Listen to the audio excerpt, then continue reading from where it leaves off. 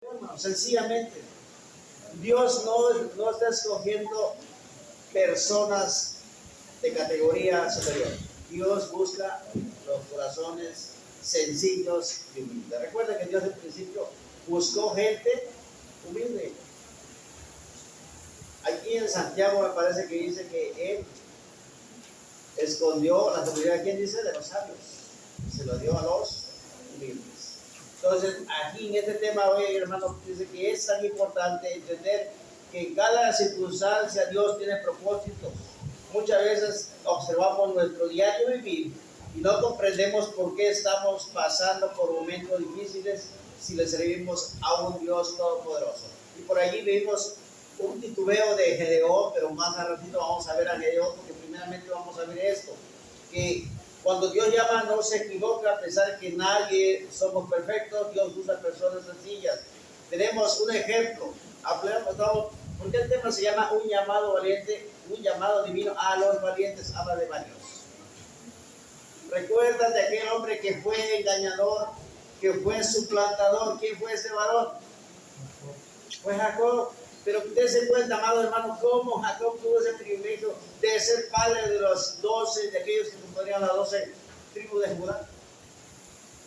Aquí nos damos cuenta que Dios conocía el corazón verdaderamente de aquella persona desde antes que naciera. ¿Qué le dice Jehová a Jeremías allá en su capítulo 1, versículo 5? Que antes que te formasen yo te conocí, y antes que naciera yo te santifiqué. Dios conoce a cada uno, amado hermano. Dios conoce desde un momento que Él está haciendo tu llamado. Él te conoce perfectamente. Él conoce el corazón de cada uno de nosotros. Él no se equivoca, amado hermano. Pero dése cuenta de eso y va a encerrar mucho. El llamado va a encerrar mucho, porque lo vamos a llevar a un desenlace al final del tema. ¿Qué pasa con esto, hermano? Que Dios conocía, tenía un propósito de un principio. Cuando Jacob estaba, dice, en el vientre de su madre, ¿qué es lo que hacía? ¿Qué sucedía? Leímos la lección. Había la contienda, habían dos naciones. ¿Y quién fue el primogénito? Esaú. Pero ¿quién luchaba y tomó las bendiciones? Fue Jacob. Fue un luchador, fue alguien que verdaderamente no se dio por vencido, amado hermano. De tal manera que Dios le cambió el nombre a Jacob. ¿Qué nombre le puso, amado hermano? Israel. Y hoy vamos a hablar del pueblo de Israel. ¿Qué dice allá en Oseas 11:1? Cuando Jacob era niño, yo lo amé. Y de Egipto llamé a mí. Dense cuenta cómo la escritura nos va llevando poco a poco a todo lo que Dios, el propósito de Dios. Vemos también, amados hermanos, a otro personaje muy humilde, y usted lo conoce, lo leyó, José, aquel llamado el soñador. ¿Cómo Dios puso la mirada en José? Porque recuerde que Dios es omnisciente. Dios conoce el presente, Dios conoció ya todo el pasado y Dios conoce el futuro. Dios conocía que vendría más adelante en tiempos postreros. Pero ¿cómo es que Dios llamó a José? ¿Cómo es que Dios conocía ese corazón íntegro de José? Dese cuenta, amados hermanos, José fue vendido, fue maltratado por sus hermanos y fue vendido. Fue esclavo de aquel personaje allá en Egipto. Pero él tuvo ese privilegio de tener esa confianza que lo llamaron. ¿Cuál es cuenta el mayordomo de la casa de aquel hombre? ¿Cómo se llamaba el hombre? Potifar. Y dense cuenta, amados hermanos, cómo la vida aparentemente trataba duramente a José.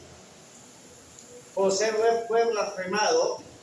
José fue acusado injustamente de que había tratado de tomar por la fuerza a la mujer de aquel hombre llamado Potifar.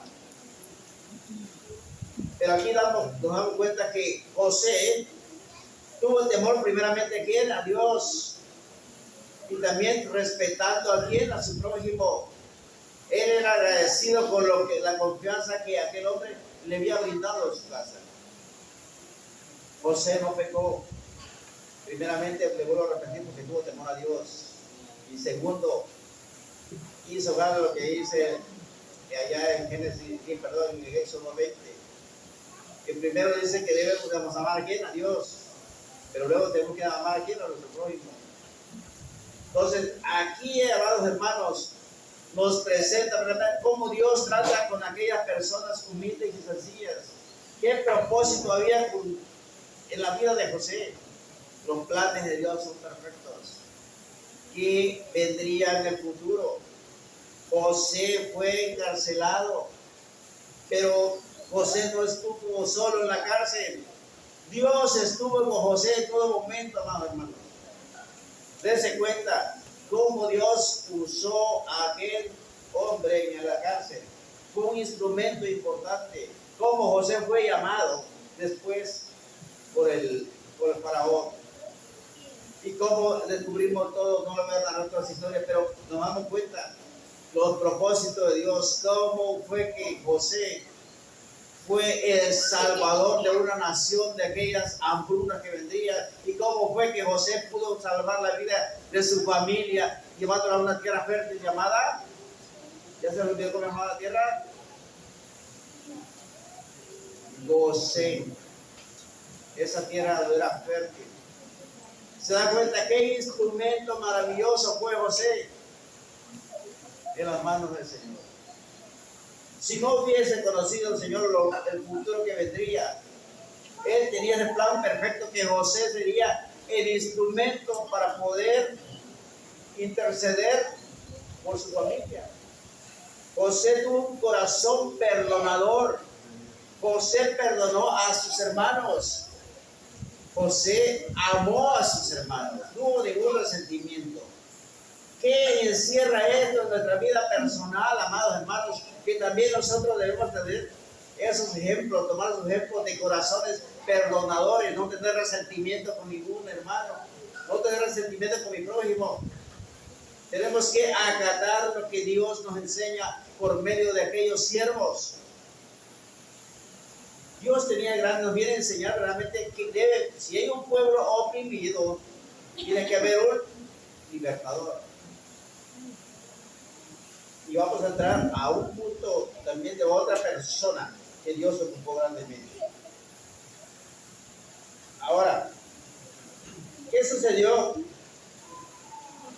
cuando el pueblo de Israel, dice la Biblia, que surgió otro faraón que no conoció a José? Pero ese faraón, como vio al pueblo de Israel, no lo vio como una bendición, lo vio como una amenaza. ¿Y cuáles eran los pensamientos malos de aquel faraón? Que todo niño varón que naciera de los israelitas, pues lo ejecutara. Pero aquí viene un plan precioso y divino de Dios, si nos damos cuenta. O sería una casualidad de que aquel niño elegido fuera tomado una canacilla y lo metieran al río y las aguas lo llevaran.